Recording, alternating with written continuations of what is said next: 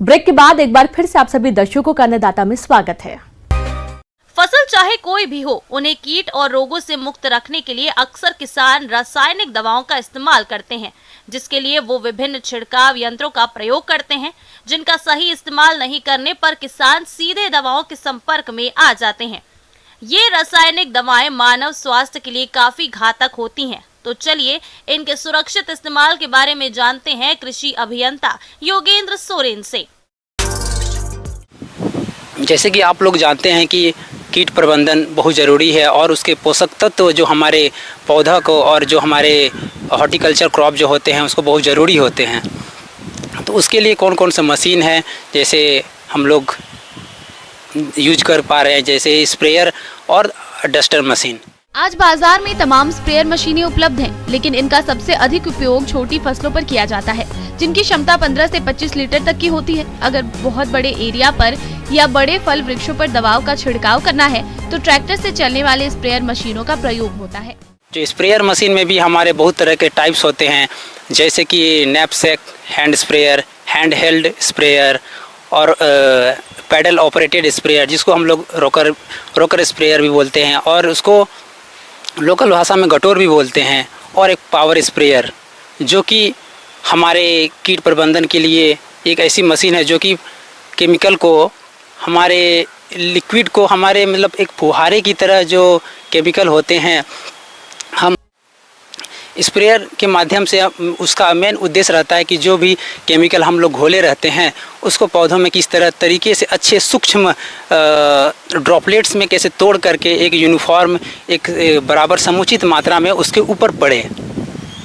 तो इसके लिए हम लोग को ध्यान देना ज़रूरी है कि उसकी प्रेशर कितनी उसका स्टडी होनी चाहिए, कहने का मतलब यूनिफॉर्म होनी चाहिए। ऐसा नहीं कि स्प्रेयर की जो प्रेशर है कभी बहुत ज़्यादा हो रही है, कभी कम हो रही है, तो इसको ध्यान रखने वाली बात है। और जो उसमें जो केमिकल होते हैं उसमें अच्छी तरह घोले हुए होनी चाहिए, क्योंकि कभी कभी ऐसे होते हैं कि अच्छे से घोल नहीं होने की वजह से वो हमारे स्प्रेयर मशीन चौक हो जाते हैं।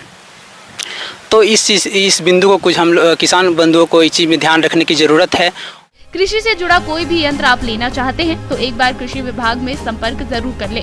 अन्य यंत्रों की तरह ही स्प्रेयर पर भी अनुदान मिल रहा है, जिसका लाभ उठाकर आप कम कीमत पर स्प्रेयर मशीन ले सकते हैं। जो यंत्रीकरण की योजनाएं जो चल रही हैं वो भी इन यंत्रों पर काफ़ी अनुदान उपलब्ध करवा रही है, जैसे कि नैपसैक स्प्रेयर जो कि आप लोग भी यूज कर रहे होंगे, द्वारा यांत्रिकरण योजनाओं के अंतर्गत इसमें भी योजनाएं दी जा रही है, अनुदान सरकार दे रही है।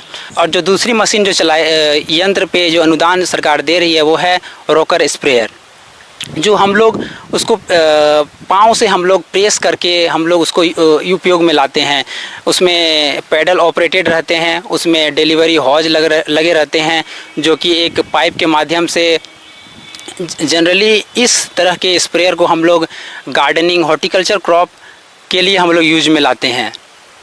और इसमें जो कैपेसिटी जो इसकी रहती है केमिकल छिड़काव करने की वो है 1.5 हेक्टेयर पर डे है, और इसमें भी सरकार सब्सिडी दे रही है।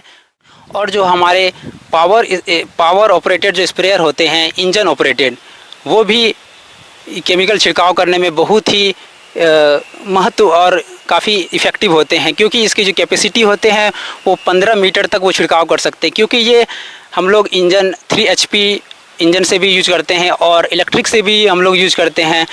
और जो हमारे जो ट्रैक्टर जो लोग किसान बंधु रखे हुए हैं वो भी इस पावर ऑपरेटेड जो स्प्रेयर हैं वो अपने PTO के माध्यम से इसको ऑपरेट कर सकते हैं, ट्रैक्टर का जो है। अदरवाइज़ ये पावर टिलर से भी यूज कर सकते हैं।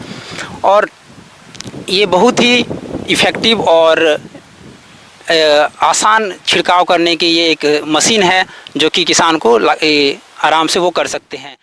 आगे और भी है खेती बाड़ी से जुड़ी बहुत सी रोचक